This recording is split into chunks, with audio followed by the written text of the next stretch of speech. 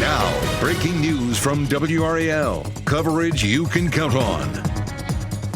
Breaking news right now at 4:30. 3 people shot in Durham. A man is dead. 2 women are in the hospital after they were found in a car. This is a live look at the scene from the WRAL Breaking News Tracker, the investigation that's happening right now. Also, power lines down. This is a live look right now at a crash scene on Rock Quarry Road in Raleigh.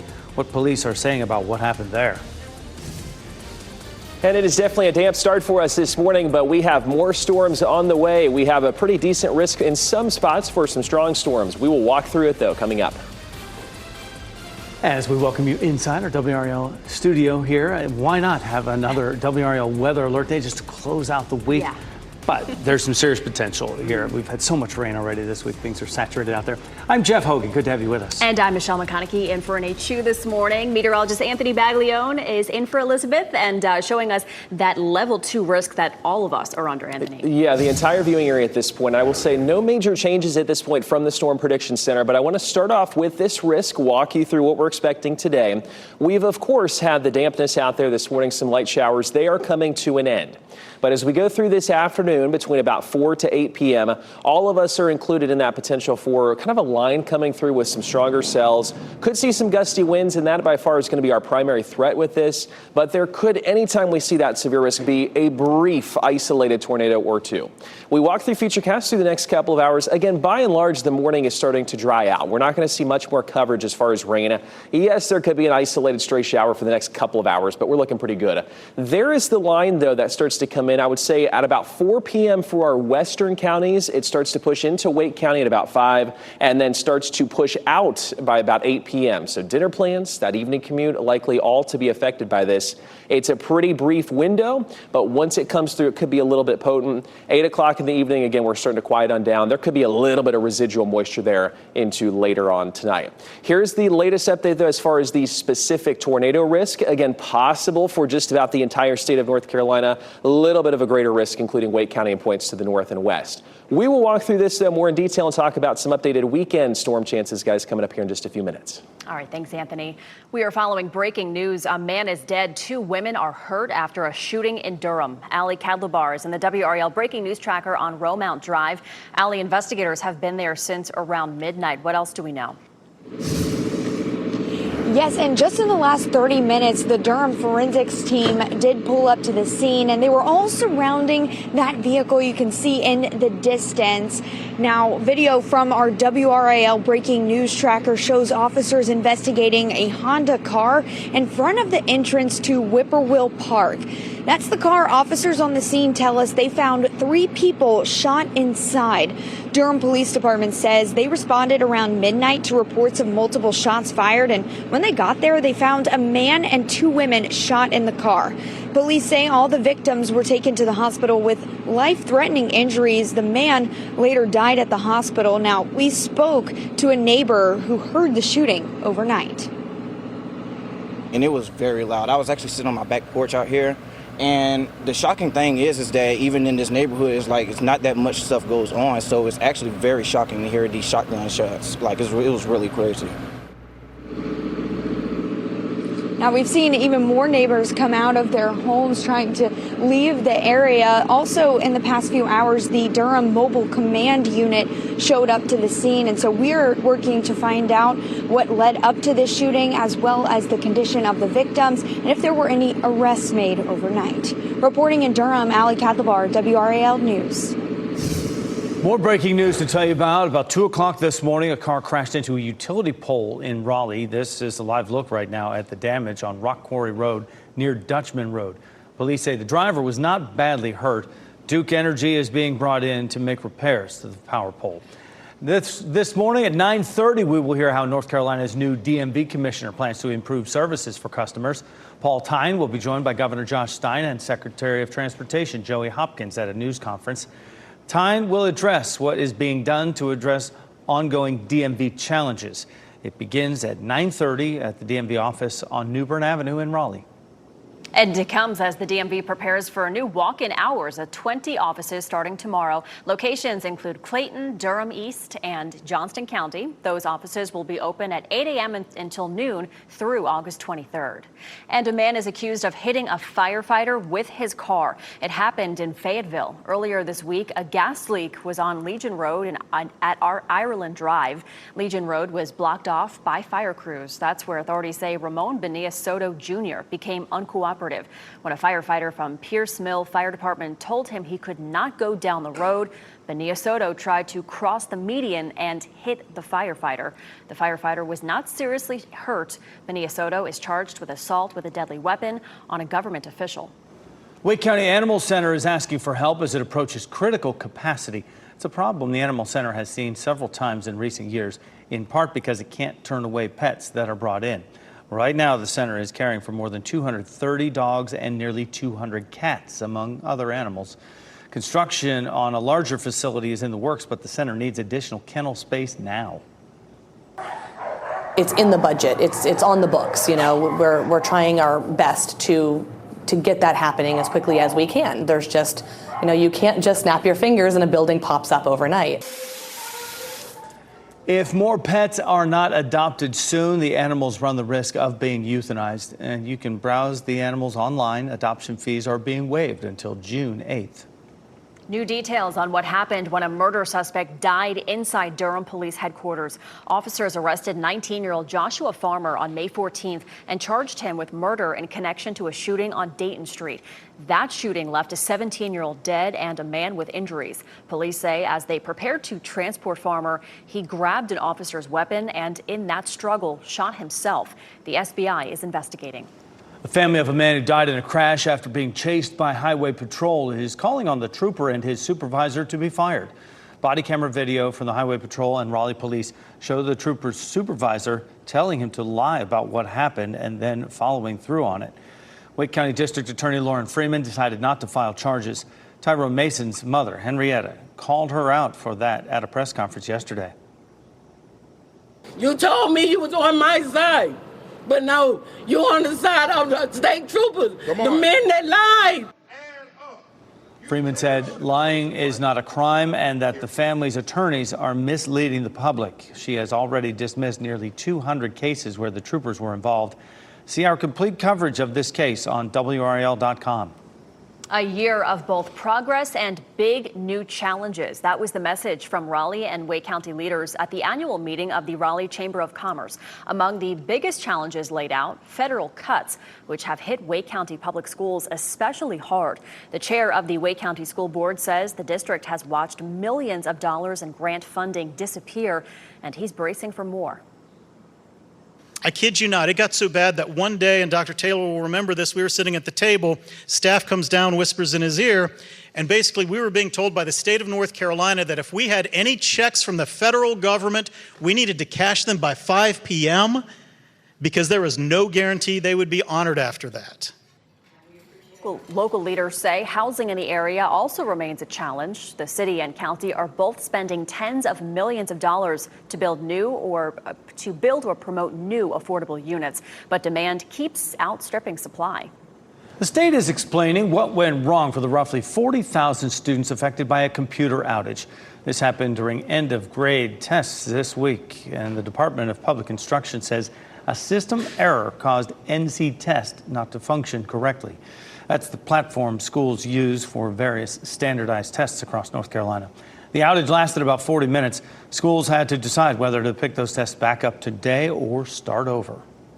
The cash reward has doubled in the search for the 2 remaining escapees from a New Orleans jail. Crime Stoppers leaders are offering $50,000 per fugitive. Today marks 2 weeks since 10 inmates escaped through a hole behind a toilet inside their cell pod. So far, 16 people have been arrested and accused of helping the inmates escape. The sheriff's office is calling for immediate infrastructure investments to prevent future escapes. The first group of a pilot program between Durham Public Schools and Durham Tech will graduate today. The students come from Riverside High School. The program allows them to graduate with a high school diploma and a workforce credential or associate degree. The pilot program was launched 2 years ago and aims to promote 25% of DPS students beyond a high school diploma. A federal appeals court is allowing President Trump to continue imposing tariffs under emergency powers law, at least for now. This reverses a previous ruling this week from the Court of International Trade that blocked the tariffs. The appeals court says the president can levy tariffs using the emergency powers. However, they also ordered all parties to provide written arguments on whether the levies should be blocked. Those arguments must be filed early next month. Leaders in Apex will celebrate the opening of a new EMS station this afternoon. The Apex main EMS was built to replace an existing station on Highway 55. The new station is located on Apex Barbecue Road. Leaders from Wake County and the town of Apex will speak on the new addition. Today's ribbon cutting is at 3 p.m. A shuttle will be provided at Apex Nature Park. Today, the College Baseball Championship Tournament begins, leading up to the College World Series next month, and UNC is hosting a first-round regional. Their first game will be against Holy Cross today at noon in Chapel Hill. ECU will play Florida today at noon in Conway, South Carolina. NC State's first game is 2 p.m. today against Stetson in Auburn, Alabama. And Duke opens the tournament tonight at 6 against Oklahoma State. That game is in Athens, Georgia. A spire on fire. A church in Ohio goes up in flames before crashing down. The investigation this morning into what caused that major fire. And picture perfect sunset, the earth aligned during a rare occurrence in Manhattan, the moment that draws photographers to the city every year. And you might see some spotty showers out there this morning. This is a live look in Goldsboro. Good morning to you. Meteorologist Anthony Baglione will time out the chance for afternoon storms just ahead.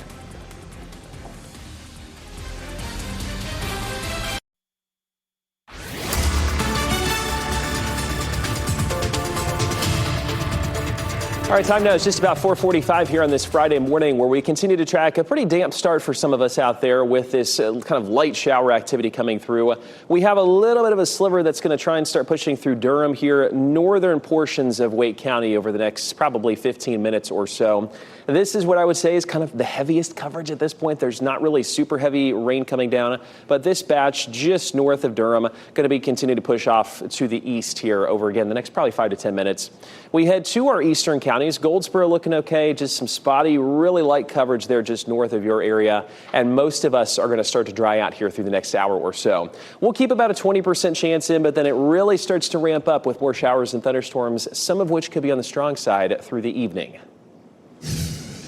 All right, thanks, Anthony. And speaking of weather, take a look at this. A tornado caught on camera passing right in front of this car. This happened in Atlanta. The person who captured this video say debris just started flying around the road, and the semi-truck in front of them started being pushed around the road. Shortly after the video was taken, a tornado warning was sent to phones. More stormy weather is expected in the Atlanta area today. As Harvard graduates were handed their diplomas, the university scored another legal win in its battle against President Trump. In a hearing yesterday, a federal judge indefinitely blocked the Trump administration from making any changes to Harvard's student visa program. In response, the administration is now threatening to revoke visas for Chinese students, not just at Harvard, but across the country. International students remain in fear that they may not be able to finish their education as the president's battle with higher education continues. Fire ripped through a historic church in Ohio. Look at this video here. Smoke and flames could be seen roaring from the roof of the St. John the Baptist Catholic Church. Workers were on the roof replacing shingles when they saw smoke. They called 911 around 2:30 yesterday afternoon. Officials say nobody was inside the church when it caught fire. Investigators are working to determine the cause.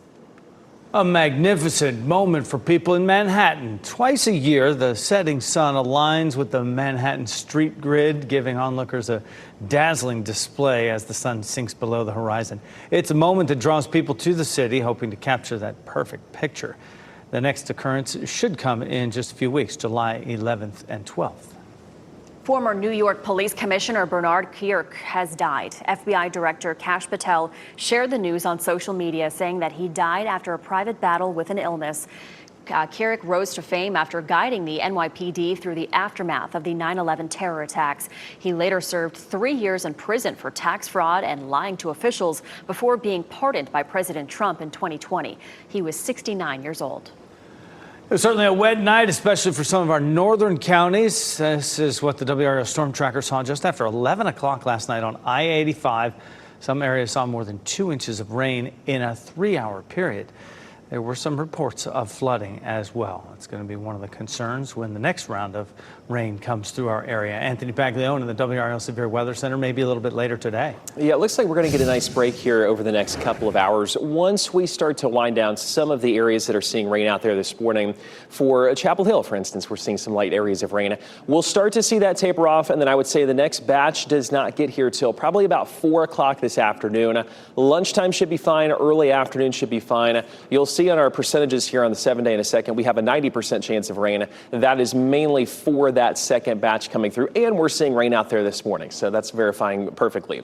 Here's where we sit currently on Dual Doppler 5000. We do have some of those heavier areas, not super heavy, but just coming through north of Durham. That's going to push from the west to the east here shortly. And then we head to our eastern counties, Rocky Mount, Goldsboro, even Raleigh, just some very light shower activity that's pretty limited in coverage at this point.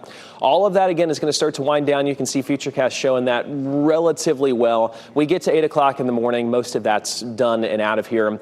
We will, though, likely see a few peaks of sunshine. I will say if we stay cloudy all day long, that would be a very good thing as far as limiting severe potential, and it may not turn into necessarily a decent risk. However, the expectation at this point is that we will see a few peaks of sunshine that will re-energize the atmosphere, and then we'll see a bit of a line coming in. There's 5 o'clock, right in time for that evening commute. That would be strong if we get that sufficient daytime heating, which it looks like at this point we probably will. 6 o'clock in the evening, still some scattered showers, and then this is done as far as the severe risk is concerned by about 8 p.m. this evening. There could be a few lingering areas of rain there later on, but the severe risk between about 4 to 8 p.m.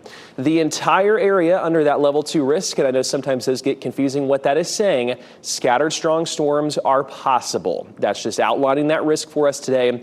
Within that risk, the Storm Prediction Center also puts out where could we see tornadoes, where's that risk at? And at this point, it looks like the greatest risk is probably going to be up into Virginia. We still, though, could see that as far south as Raleigh, as far as the better risk. All of us are under a possible risk across the entire state.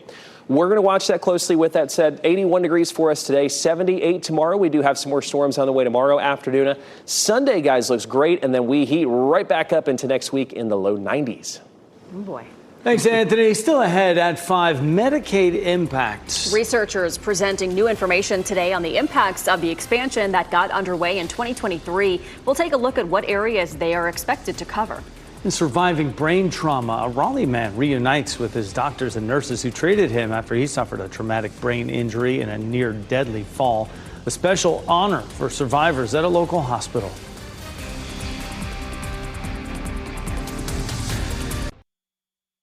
One of music's biggest names is giving fans a rare look at their life off stage in a new documentary.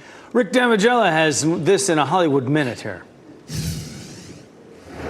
Welcome to my Quarterman show.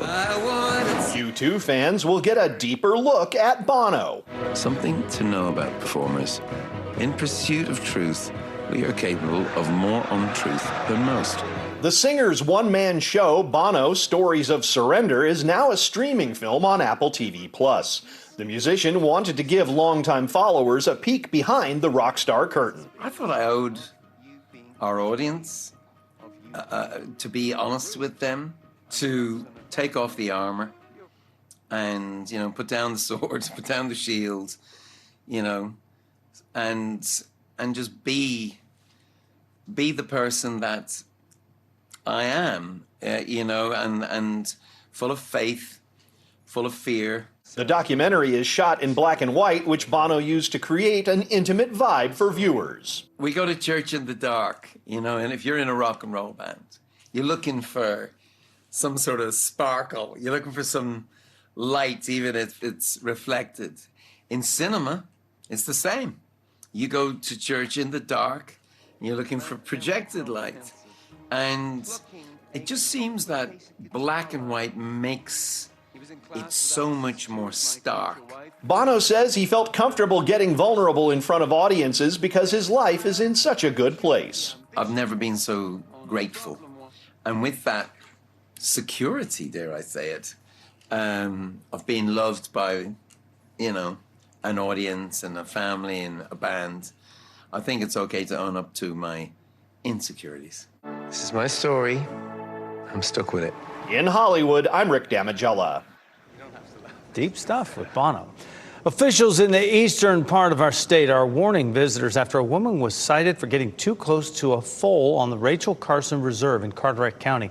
Wild horses are a mainstay in eastern North Carolina, but recent close calls with people have raised concerns about the animal's safety and the human safety.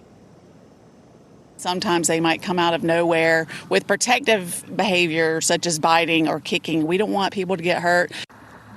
Now, while the reserve welcomes visitors come see the wild horses, it is best to do so from at least 50 feet away to be respectful of the animal's space. They are beautiful. They are. Ahead at 5, a deadly shooting. One person was killed, 2 others hurt overnight in Durham. What we know is police tried to figure out what happened. Addressing the issues today, Governor Stein and the new DMV commissioner are focusing on the agency's problems, what they are trying to fix. And pleading guilty, a Raleigh pastor accused of COVID-19 relief fraud. The charges he's facing and a look ahead to his sentencing.